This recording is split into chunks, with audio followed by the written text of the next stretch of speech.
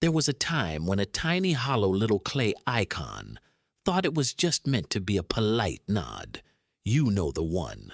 That little blue thumb, or maybe that little red heart, depending on which digital casino you happen to be standing in today. Let's call him Thumbly.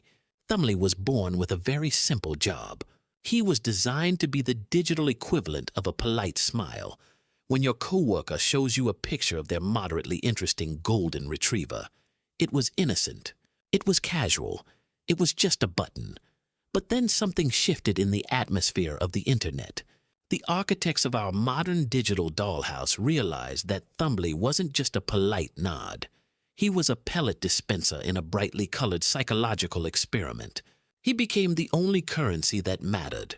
This is the story of how a harmless little icon was forced to carry the crushing weight of human self-esteem, and why, if he were real, he would be sitting in a therapist's office. Right now, absolutely traumatized. It started slowly. In the early days, you would press Thumbly to tell your friend that their blurry photo of a sandwich looked acceptable. Thumbly felt good about his work. He was connecting people. But then the quiet men in the sleek corporate campuses realized that if people wanted Thumbly enough, they would stay in the digital casino all day. So they attached a counter to him, a little number that went up. Suddenly one Thumbly wasn't enough. You needed 10, then you needed 100. The innocent little button was no longer a smile. He was a scoreboard. People stopped posting their sandwiches. They started posting their vacations meticulously angled and heavily filtered just to feed the counter. Thumbly found himself working double shifts dispensed by millions of thumbs, scrolling through the void, frantically searching for connection. He was a tiny middleman in a transaction of desperate, fleeting validation. As the years went on, the demands on Thumbly became increasingly unhinged. People were no longer just sharing updates. They were performing. They were filming themselves crying in their cars. They were staging elaborate pranks on their spouses. They were renting fake private jets to take photos in. And all of it, every single humiliating, exhausting, beautifully lit moment, was a plea for Thumbly. Imagine being this little clay icon. You are summoned to validate a teenager's entire existence, a brand's entire marketing strategy, and an influencer's entire financial livelihood, all in the same millisecond. Thumbly became the hardest working icon in show business. He was dispensing dopamine at an industrial scale, a tired bartender in a club, where the patrons never leave, and the music never stops. Every time he was pressed, a tiny burst of neurological reward was fired into a human brain, and the humans became addicts. The relationship between the humans and Thumbly turned dark. They began to resent him, even as they begged for him. If a post didn't get enough of him, the human would delete it in shame. They would look in the mirror and wonder if they were still valuable, if they still mattered, simply because a tiny digital thumb hadn't been pressed enough times by strangers. Thumbly was holding up the structural integrity of modern society's ego, and he was crumbling under the pressure. He started to see the worst of humanity, the desperate attempts to look wealthy, the weaponized outrage designed to make people angry enough to click, the heavily edited realities that made everyone else feel miserable. He wasn't connecting people anymore. He was ranking them. He was a judge in a courtroom where the rules were made up, and the points were the only thing keeping the lights on. And the worst part was the algorithms were always watching.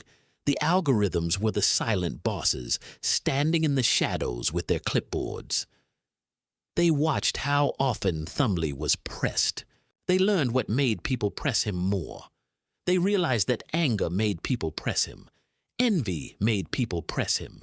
Outrage was the most efficient fuel. So the algorithm started feeding the humans a steady diet of things that made them furious just to keep Thumbly working. The little button was forced to validate political extremism, petty drama, and endless exhausting arguments. He wanted to quit. He wanted to go back to validating blurry pictures of sandwiches. But there was no escape. The casino was expanding. The walls were lined with screens, and every screen demanded engagement. Thumley was trapped in a cycle of endless performance, a captive audience to the grand tragic comedy of the internet age. If Thumley could speak, he would tell his therapist that he feels empty. He would say that 1,000,000 of him doesn't actually equal love. He would explain that being pressed by a stranger halfway across the world who didn't even read the post is a hollow victory.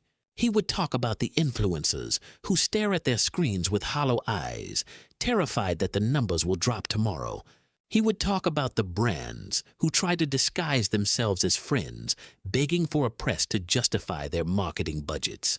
And he would talk about the everyday people, the ones who just wanted to share a moment, who now feel like they are failing at a game they never asked to play.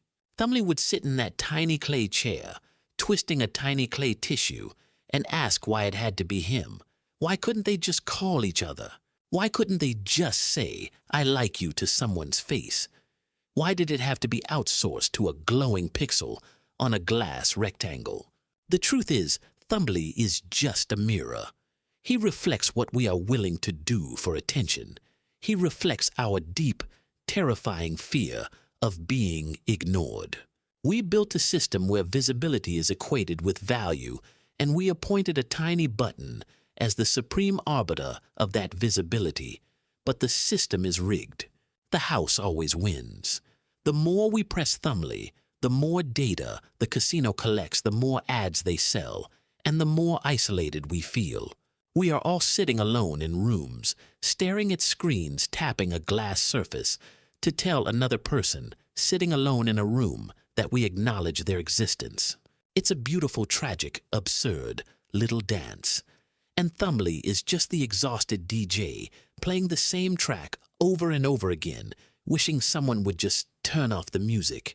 So the next time you feel the urge to perform for the void, the next time you consider deleting a photo because it didn't hit the right metric, the next time you find yourself scrolling, mindlessly dispensing validation like a bored monarch, spare a thought for Thumley. He's tired. He needs a break. He needs to go to a spa. He needs to lay on a tiny clay beach and not be pressed by anyone for at least a decade. And maybe we need a break too. Maybe we need to remember what it was like to just be without a counter ticking up in the corner of our eye. Because 1,000,000 likes won't hug you when you're sad. They won't help you move a couch. They won't attend your funeral. They are just little bursts of light, vanishing as quickly as they appear, and Thumley, for all his power, is just a button. A very tired, very stressed out little button.